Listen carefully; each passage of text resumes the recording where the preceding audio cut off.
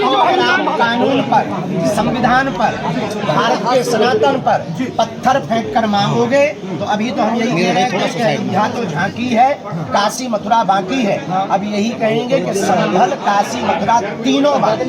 संभल महाराज जी क्रांति धरा से क्या है, जिस तरह से मेरठ का ड्राम इस वक्त हाईलाइट है, आपने भी अभी शादी नहीं की है, क्या कहें? उपाय रामचरितमानस है। भारत के लोग रामायण को भूलकर सीरियलों में और मोबाइल में और बढ़ती हुई पाश्चात्य संस्कृति और टीवी के चक्कर में बीवियों को बर्बाद कर रहे हैं। इसलिए प्रत्येक माता पिता अपने बच्चों को रामचरितमानस पढ़वाएं, खुद भी पढ़ें। इस आधार पर जीवन जिएंगे तो राम जी जैसा चरित्र का निर्माण कर पाएंगे अपने बच्चों का, और तभी जीवन में सुधार होगा। ये नीले जो ब्लू ड्रम अभी वायरल हो रहा है, ये बंद हो। महाराज श्री क्रांति धरा से सनातनियों के लिए क्या संदेश देना चाहेंगे? इस क्रांति धरा से अंत में हमारा यही कहना है, बहुत हो गया ओम द्योः शांतिरंतरिक्षं शांति पृथ्वी शांति रापः शांति।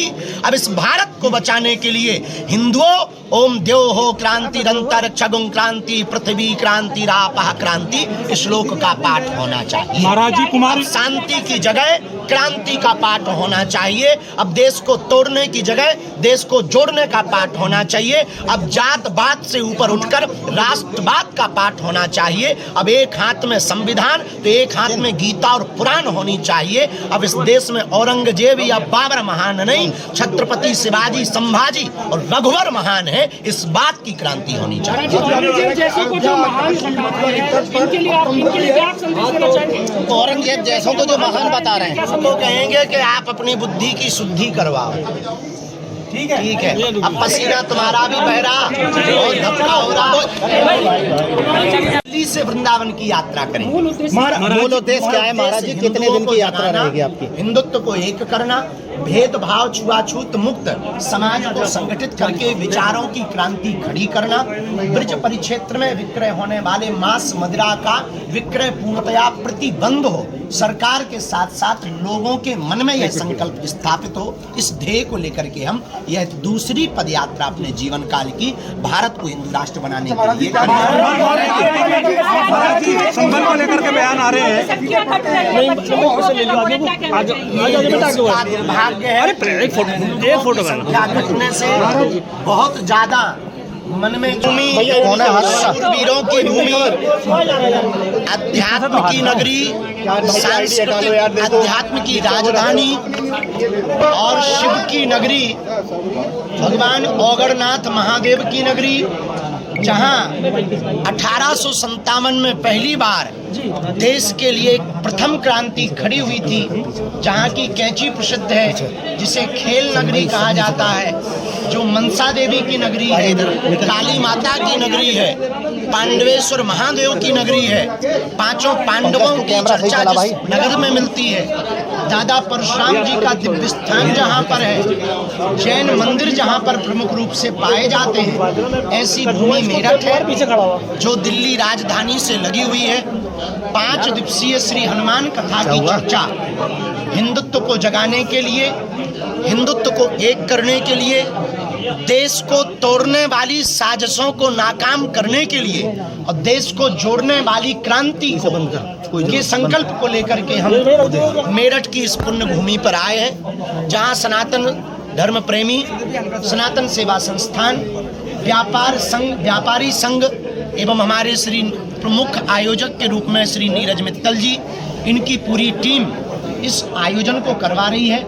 मेरठ हमारा घर है, हमें आकर यहाँ बहुत प्रसन्नता हुई है और जीवन पर्यंत तक मेरठ में आकर के, क्योंकि यहाँ हिंदुत्व की क्रांति इसलिए जरूरी है, कुछ साल पूर्व में यहाँ पर एक नारा दिया था कि हम इतने परसेंट है, लगभग 42 या 45% का जो दिया था, अब बोले हम गोटी गोटी बोटी बोटी कर दें, जिसको सुनकर के हमारे हृदय में दुख उत्पन्न हुआ था। यह देश संविधान से चलेगा, यह देश हनुमान से चलेगा, यह देश सनातनी एकता से चलेगा।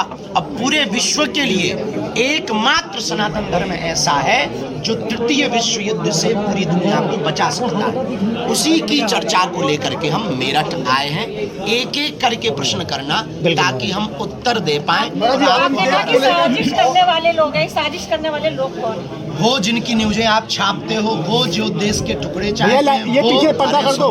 महाराज, पर्दा पीछे वाइट लगा दीजिए। जवाब आने तो फिर बोलो। महाराज जी वो जो भारत मेरे टुकड़े होंगे ऐसा नारा देते हैं, वो जो पालघर जैसे संतों की हत्याकांड करते हैं, वो जो बहराइच, नूह, मेवात, मणिपुर, कोलकाता जैसी घटनाएं करते हैं, वो देश को तोड़ने वाली साजिशें हैं। देश को तोड़ने वाली साजिश सबसे बड़ी कास्टिज्म है।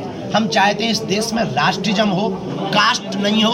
जातवाद से ऊपर उठकर लोग राष्ट्रवाद में पड़े। राष्ट्रवाद क्या है महाराज जी? जो आप हिंदू राष्ट्र की, आप जो हिंदू राष्ट्र, महाराज जी जो आप हिंदू राष्ट्र की बात कर रहे हैं, वो हिंदू राष्ट्र इस राष्ट्र के मुकाबले में कैसा होगा? हिंदू राष्ट्र जब तो कैसे आएगा, इसका जवाब दें कि हिंदू राष्ट्र आएगा। इस राष्ट्र के मुकाबले पे हिंदू राष्ट्र जो आप बनाना चाहते हो वो कैसा होगा? हिंदू राष्ट्र बनने के बाद सनातन धर्म पर उंगली उठाना बहुत ही निंदनीय कृत्य होगा, जो वर्तमान में भी है। पर दंड की प्रक्रिया बदलेगी और दंड उसको फांसी की सजा होगी। हिंदू राष्ट्र में सबको रहने का अधिकार होगा। जैसे दुबई यूएई में सबको रहने का अधिकार है, पर फर्स्ट प्राथमिकता मुसलमान धर्म को है, वैसे ही हिंदू राष्ट्र में सबको रहने का, सबको संस्कृति का, अपने अपने मजहब का पालन करने का पूर्ण अधिकार रहेगा, पर प्रथम प्राथमिकता सनातन पर्याय का होगा। महाराज जी आप हिंदू राष्ट्र में गौ माता को राष्ट्र माता का दर्जा प्राप्त होगा। हिंदू राष्ट्र में रामचरितमानस के आधार पर जीवन शैली होगी। हिंदू राष्ट्र में पूरे विश्व को एक सूत्र में पिराने का प्रमुख संकल्प होगा। हिंदू राष्ट्र में जात पात, भेदभाव, छुआछूत के नाम पर होने वाली राजनीतियां शून्य होंगी। हिंदू राष्ट्र से बनने से भारत भेदभाव मुक्त होगा और हिंदू राष्ट्र हो जाने के बाद में भारत का कोई तिरंगे का अपमान नहीं करेगा, वंदे मातरम बोलने से कोई शर्माएगा नहीं और भारत तेरे टुकड़े होंगे, ऐसा कोई बयान नहीं।